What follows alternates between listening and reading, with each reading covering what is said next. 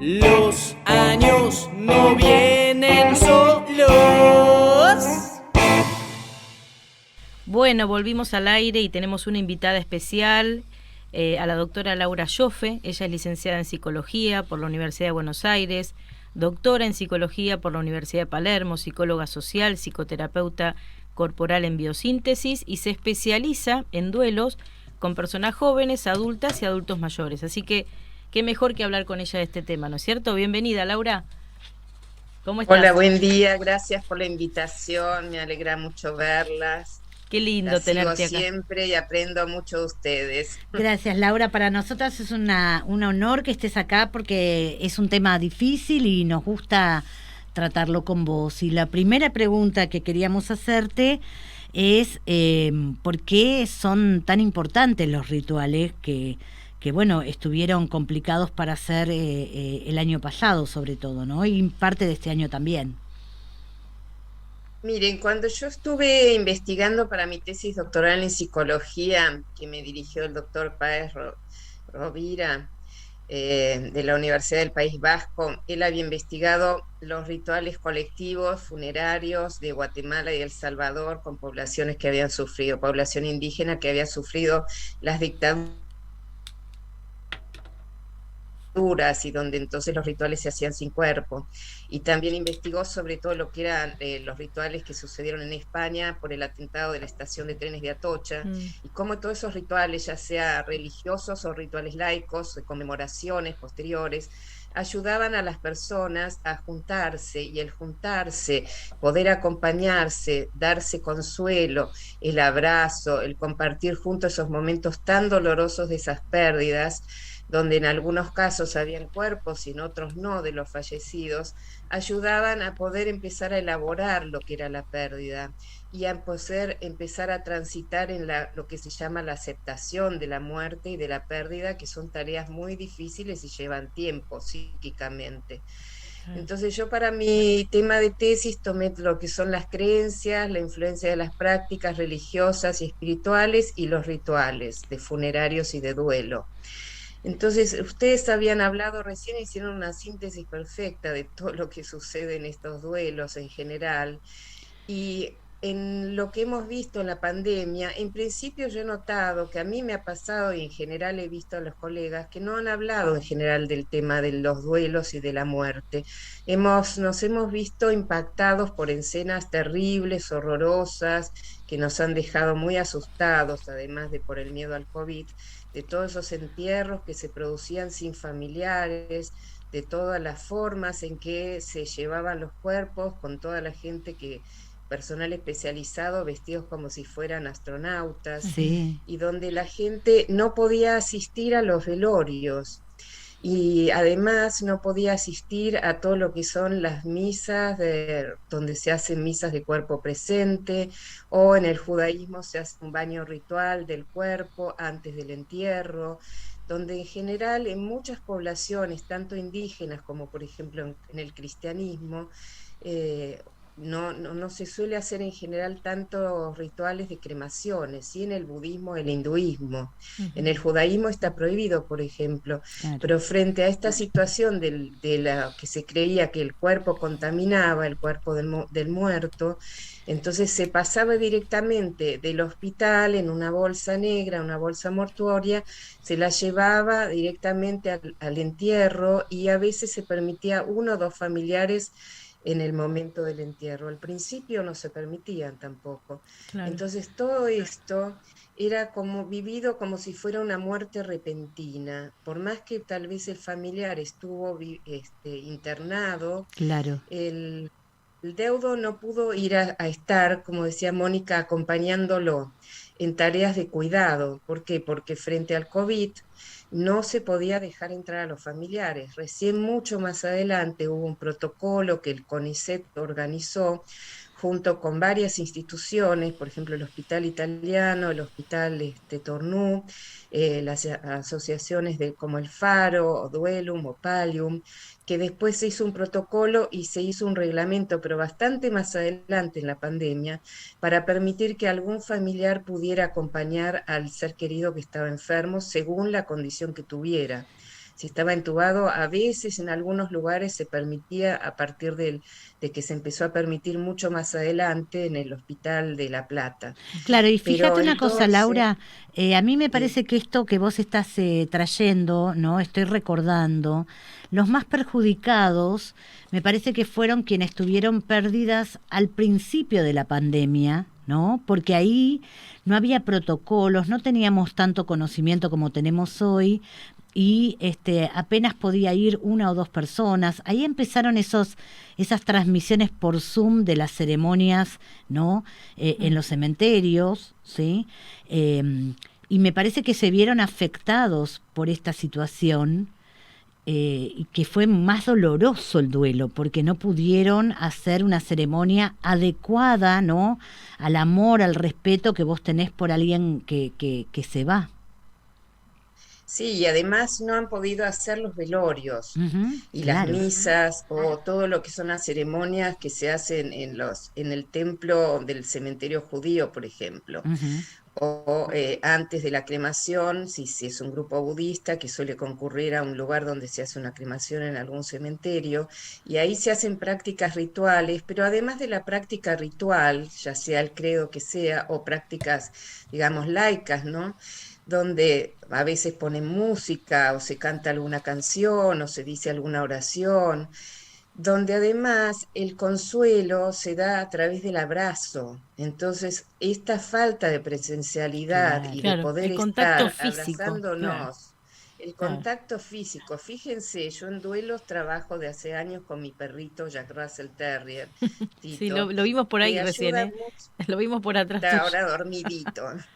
Le di de comer a él y a la amiguita para que me dejen hablar tranquila, claro. pero donde los animales han acompañado mucho a las personas. Y fíjense que quienes no podían abrazar a los nietos, podían abrazar a sus perros o gatos. Entonces, todo esto lo que ha sido la falta del abrazo, del contacto, del poder hablar o del estar rezando una plegaria junto a la persona que está enferma y que está muriendo, o frente al ataúd, o viendo a la persona que ha fallecido, porque además, ¿qué hace este ritual? ¿En qué ayuda? Pargament, que es uno de los investigadores del área de la psicología de la religión y la espiritualidad, habla de que de esa manera, al ver el cuerpo muerto, al tocarlo, a darle un beso, tanto antes de morir, que uno va viendo ese tránsito en el pasaje hacia la muerte, o cuando murió, que uno lo toca y siente que ya está frío, no se Ujú, mueve, todo eso nos hace empezar a poder simbolizar lo que es la muerte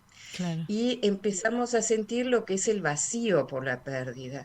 Y todo eso es lo que vamos a tener que poder empezar a afrontar, que es el dolor por el vacío que nos deja ese ser querido fallecido. Y Ujú. que los rituales en ese sentido, tanto del velorio, del entierro, la ceremonia que se hace al mes en el credo judío frente a la tumba, Ujú, la que se hace al año cuando se recubre, se hace un monumento, ujú. o todo lo que son esas visitas que los deudos necesitan al ser al cementerio, que muchas veces hablan, saben que el ser querido está muerto, no está ahí en la tumba, pero necesitan hablarle. Entonces todo La eso no se sensación de pudo hacer. presentificación, ¿no? Se llama esta situación, Laura, cuando la gente siente a veces después de que fallece alguien que se le presentifica o que siente la voz o que como esta sensación Sí, de que está, ¿no? sí, eso se llama sensación de presencia del ser querido fallecido, que yo lo trabajé en un artículo Ujú, donde estuve haciendo distinciones entre lo que es realmente algo normal, que se había visto mucho en investigaciones ujú, sobre viudos o viudas que ha hecho Parks, que es otro investigador inglés, y otro investigador norteamericano que se llama Rees, para separarlo de lo que es la patología, porque todo lo que es la sensación de presencia, como sentir la energía, o lo que vos decís de la voz, ujú, o que se aparece en sueños del ser querido con algún mensaje que ujú, le da al deudo, se ha visto que, bueno, las personas religiosas y espirituales lo toman como algo normal, ujú. pero muchas veces no lo llevan a la psicoterapia porque tienen miedo, y eso lo dijo una persona muy claramente en una de las entrevistas que yo le hice sobre duelos, que tienen miedo que los psicólogos o psiquiatras piensen que están locos y Claro. los mediquen. Entonces, Haceme un punto acá, Laura, porque me parece que es muy importante esto que estás trayendo, ¿sí? Porque me parece que es interesante que podamos repetir esto, ¿no? Esta sensación de presencia y esta sensación que tenemos de hablar con la persona que se está yendo de esta vida o que ya se fue, ¿no? Y contarle cómo estamos y contarle qué hacemos y hablar y a veces pedirle disculpas, perdón por lo que no pudimos darnos cuenta o lo que no pudimos hacer en este momento. Esto no significa que estemos locos, lo quiero decir claramente para que la gente se quede tranquila, que esto es una necesidad que también hace a un duelo más saludable, ¿no? Sí, fíjense que hay ahora películas donde se muestra que alguien le está hablando a un ser querido que está en coma y Ujú. donde antes se decía, ¿para qué lo vas a hacer si no te escucha? Sin embargo, otra de las personas que yo entrevisté para mi tesis, que era estudiante de veterinaria y era agnóstico y no creía, había rechazado el catolicismo por un duelo previo no realizado de la muerte del hermano cuando era pequeño. Cuando él veía que él le hablaba a la madre y le hacía reiki, aunque él era agnóstico y no creía en la espiritualidad, Ujú. pero había tomado sesiones de reiki y le hizo a la madre, veía en los aparatos que había reacciones de la madre, entonces sentía que se podía despedir de ella y que la madre sentía lo que él estaba haciendo y eso lo ayudó a su elaboración de ese duelo. Te quiero, Entonces, sí, te quiero quería preguntar algo hablar, más. Que no me no, quiero olvidar de preguntarte, porque me parece que es sí, importante discriminarlo para nuestros oyentes, porque vos estás sí. hablando de religión y de espiritualidad. Me gustaría que en algún momento cuando puedas desarrollemos esto. Y dijiste algo que me llamó la atención, que es un ritual laico, que quiero que le cuentes a nuestros oyentes a qué llamás un ritual laico, ¿sí? Los rituales laicos pueden ser gente que no cree en la religión ni en la espiritualidad, pero prende una vela Ujú. o canta una canción como la que le gustaba al ser querido fallecido, o le pone una música de jazz o un tango, o le escribe una poesía, o le escribe algo, o le lee algo de algún libro que era significativo para el ser querido, o eso que escribe y el mirar fotografías o armar un álbum de esas fotografías donde va recuperando la historia de ese familiar.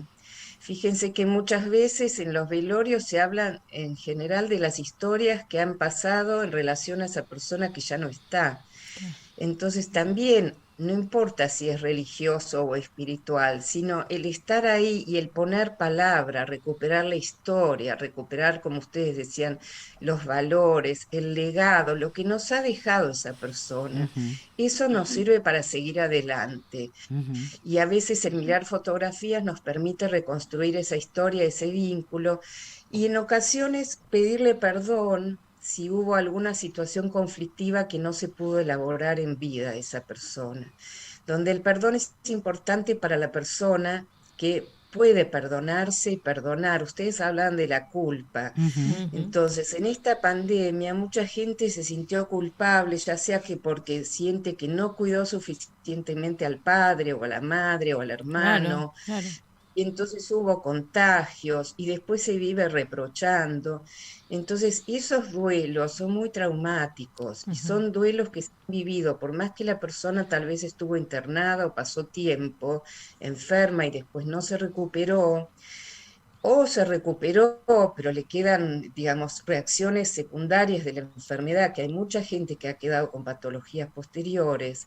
Entonces estos familiares se sienten con culpa y se reprochan. Ujú. Entonces es otro tipo de duelo, por lo cual un duelo es por la pérdida de un ser querido, pero otro duelo puede ser, bueno, no lo cuidé lo suficiente, ahora está vivo, pero está mal. Ujú. Entonces son todos esos autorreproches que quedan, que pueden aparecer después en forma complicando el duelo. Ujú. Tanto puede aparecer en pesadillas, en pensamientos intrusivos, rumiación, angustia, mayor depresión, más apatía, más sentido de falta de sabor en la vida. Ujú. Y si se ha perdido un ser querido, como un padre, una madre o un cónyuge, después es mucho más difícil por el sentimiento de soledad, porque el aislamiento aumentó la sensación de soledad. Claro. Entonces, por más que la persona pudiera conectarse con el Zoom, con sus familiares o amistades, que por suerte lo tuvimos, y lo que se ha podido en muchos casos es hacer velorios o encuentros familiares, ya sea en los momentos del almuerzo o de las cenas o en los fines de semana, y acompañarse así, o con amigos, o lo que vos decías, Judy, de ir al cementerio y que alguno de los familiares que pudo ir mostrara o transmitiera o sacara fotografías y las compartiera. Pero a veces ha quedado mucha gente, no solamente en nuestro país, sino en el mundo entero, Sí, claro. con todo lo que son síntomas que se llama de estrés postraumático. Ujú. Y a mí lo que me ha llamado la atención, no solo a mí, sino a muchos colegas del área, es que fíjense que ahora se está pudiendo hablar más y se han organizado congresos de tanatología Qué y de interesante. distintos tipos de congresos internacionales. A mí me han invitado a otros colegas míos a hablar del tema del duelo, pero yo misma sentía que no podía hablar de este tema, que había como una obturación social Ujú. a poder hablarlo y ponerle palabras. Claro. Mi hipótesis es que ahora que se han levantado las restricciones, que a partir de la vacunación podemos salir mucho más a la vida, a encontrarnos, a abrazarnos, a hacer actividades como ir a los estadios de fútbol, conciertos. Fíjense cuánta gente mayor ha ido, digamos, a manifestaciones por una cosa o por la otra, políticamente a las plazas o en familia, o se han encontrado en restaurantes, en plazas, en parques, o la maratón últimamente que se hizo con tanta participación. Mm. Creo que ahora que sentimos más conexión con la vida, y ahora me hablando de eso, mi perrito se ha acercado a mí y ha hecho contacto porque él es muy perceptivo de lo que hablo y entiende todo, por eso es Ajá. mi asistente.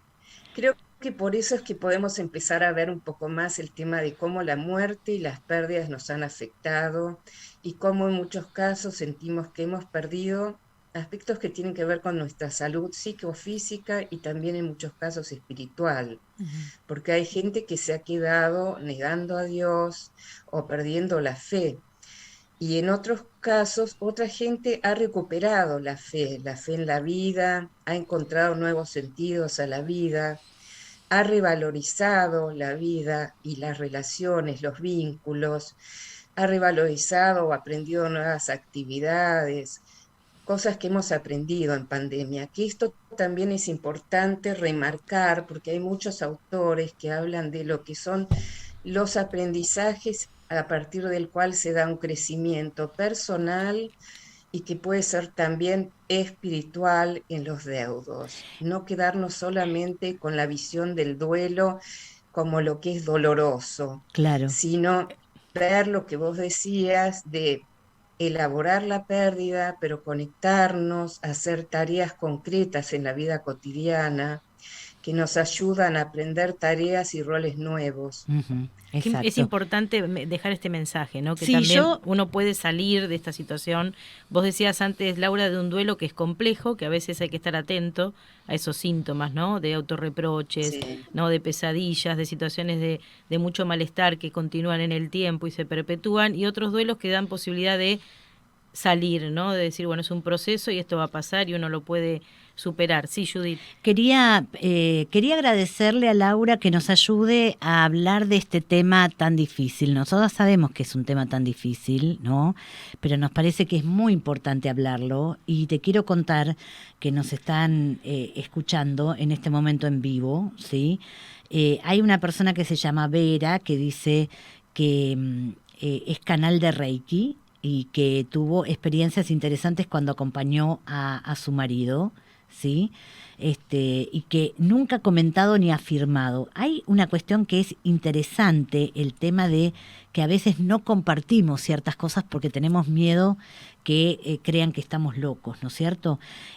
Acá Marta Rusín dice: cuando perdí a mis padres pude estar con ellos y cumplir, ella los perdió antes del tema del COVID, y cumplir con los acuerdos que habían construido, y así los despidió, y se quedó en paz a pesar del dolor. Y este es un punto muy importante en la pandemia, ¿no? De poder sentir que uno está en paz porque hizo todo lo que pudo para acompañar en los últimos momentos, ¿no?, a la persona que no está, o que lo ayudó en lo que pudo, ¿no? Y también a perdonarse, porque estas situaciones, como decía Laura, generaron muchas culpas a veces, ¿no? El tema del virus del COVID. Entonces generar la situación de, bueno, perdonarme si no pude, si no lo hice, el perdonarse es muy, muy liberador también, ¿no? Hay situaciones que lo ameritan. Sí. Yo quería retomar el tema de la espiritualidad, que es el tema básico en el que yo escribí mi tesis sobre el afrontamiento religioso espiritual de la pérdida del ser querido, en particular de la pérdida por muerte. Porque fíjense que frente a la privación de la presencialidad, tanto en el hospital, en el sanatorio, en los geriátricos, cuánta gente recurrió a grupos de oración, Ujú. tanto por internet como por Zoom, Claro, sí. tanto con sus rabinos o sacerdotes o pastores o lamas tibetanos o grupos de budistas o distintos credos, y también grupos de Reiki y distintas prácticas religiosas. El Reiki está dentro de una de las que se llama medicina integrativa, o medicina alternativa, donde hay mucha aval en toda esta medicina desarrollada en Estados Unidos, incluso está integrada en un hospital muy famoso de Haifa, en Israel, dentro de la Es medicina cierto. integrativa, junto con Ah, la mira, acupuntura no lo y la sabía. sanación o healing, que yo tengo un escrito sobre el efecto, los beneficios de las prácticas de meditación y de la sanación. Entonces, tanto el mindfulness que Claro. deriva del budismo zen, como todo lo que son las prácticas rituales y las plegarias diferentes con el Buda de la medicina u otros tipos de deidades budistas, todo eso ha ayudado tanto a cuando la persona está enferma a hacer prácticas para su sanación, y cuando no se podía curar, hacer prácticas para que ayudara a morir en paz, a tener una muerte digna, Ujú. o a poder, digamos, en las creencias de la reencarnación, a tener una buena reencarnación. Ujú. Entonces, todos estos grupos, los pares espirituales, los pares religiosos, han dado el apoyo, un apoyo que se llama apoyo social, tanto vertical de los clérigos como horizontal entre los pares, Ujú. donde muchas veces también la lectura de textos sagrados, que es otra de las prácticas que yo investigué en mi tesis, Ujú. también nos sirve, porque muchas veces tanto la lectura de la Torá, de la Biblia, de los Salmos, del libro tibetano de la vida y de la muerte, Ujú. fíjense que son textos que se suelen leer cuando las personas atraviesan duelos o cuando han atravesado una pérdida, porque nos ayuda a encontrar sentidos a la muerte y a la Ujú. vida del deudo. Claro. Porque lo Claro. importante, como decía Víctor Frankl, es poder encontrar un sentido a la vida. Y fíjense que muchos sabrán, y otros tal vez no, que Víctor Frankl fue un sobreviviente de Auschwitz. Ujú. Ujú. Entonces, y desarrolló la logoterapia, donde habla de la búsqueda del sentido de la vida Ujú. después de situaciones tan traumáticas. Y esta situación de la pandemia ha sido muy traumática para todos en general, por todas las pérdidas que hemos sufrido, Ujú. de amistades, de familiares, pérdida de la salud, pérdida del trabajo, pérdida de Claro. las rutinas, de la cotidianidad, los jóvenes o los chicos que no podían ir a la escolaridad o a la universidad, no podían encontrarse con los amigos, no podían ir a bailar, Sí. no Tremendo, fue podían ir Mira, con este tremendo. es los un gran tema, amigos. el estrés postraumático para otro programa, porque Sí, yo me quedaría sí. escuchándola una hora porque Laura tiene una voz tan linda y te va llevando a un clima donde es muy acogedor, la voz de ella es muy acogedora, entonces te genera esta empatía. La gente está dejando un montón de mensajes muy lindos y los has hecho reflexionar acerca de sus pérdidas, ¿no? La gente dice en esta pandemia, por ejemplo, Graciela Binding dice que perdió a la hermana del alma en 2 meses por cáncer, que pudo acompañarla y rezar con ella, que le dio mucha paz. Marcela Pepa, otra compañera, lo está viendo. Digo, mucha gente que estará resignificando lo que le pasó al escuchar la charla. Y antes de despedirla a Laura, vamos a recomendarle... ¿Puedo agregar una cosita? Sí, cómo no. ¿Puedo agregar algo? Sí. Porque no solamente los muertos por COVID, sino ha habido muertes por ataques cardíacos, por ACV, por enfermedades diversas, oncológicas. Claro. Y yo quería hablar hay una institución que se llama una asociación civil, El Faro, que junto con otras forman voluntarios que han acompañado muchísimo en hospitales a enfermeras, a enfermos, a familiares, y siguen haciéndolo. Entonces creo que eso es algo muy importante, porque mucha gente empieza a sentir ahora que se siente mal, que no sabe qué hacer en estos momentos de duelo, y que hay acompañamiento tanto psicoterapéutico como por voluntarios, donde a veces pueden contribuir con contribución o donaciones voluntarias según digamos, las posibilidades de cada uno, no solamente hacer terapia, y dirigirse también a los estudios y tratamientos médicos. Creo que en este momento es momento de volver a volcarse en el cuidado de la propia salud y en el cuidado de la propia familia, de las amistades, en reconectarse con el cuerpo, con la vitalidad, con la energía, que es lo que hemos perdido mucho en pandemia. Entonces, en este momento, en el duelo, es necesario empezar a poner atención a uno mismo y a cómo recuperar la propia vitalidad, tanto de adultos como adultos mayores, de jóvenes, para poder acompañar mejor a los seres queridos con los que estamos, o a los nietos o a los hijos, digamos, a poder salir, compartir, siguiendo cuidándonos. Ya la mayoría está vacunado, pero no descuidarse. Y conectarse con la vida y con los que quedaron también. Claro. Sí, bueno, es una tarea de la salida del duelo. Claro. Muchísimas gracias, Laura. Te agradecemos muchísimo por haber estado con nosotras y acompañarnos en este tema tan importante, tan necesario y tan difícil de tratar, ¿sí? Y recomendamos a la gente que entre en Google, que busque doctora Laura Joffe, y ahí tienen un montón de textos que trabajó y que escribió Laura, y que a nuestros colegas que nos están escuchando los van a ayudar muchísimo. Dejamos su mail también. Y a la gente también, porque son materiales muy accesibles a las personas que no son profesionales y nos están escuchando. Te agrego que dejamos el mail de Laura en las redes sociales y que vamos a compartir también el Faro, la asociación que ella nombró, para que aquellos que quieran googlear. Muchísimas gracias, Laura. Muchísimas gracias. A ustedes, muy amables por la invitación y las quiero mucho. Nosotros y les también.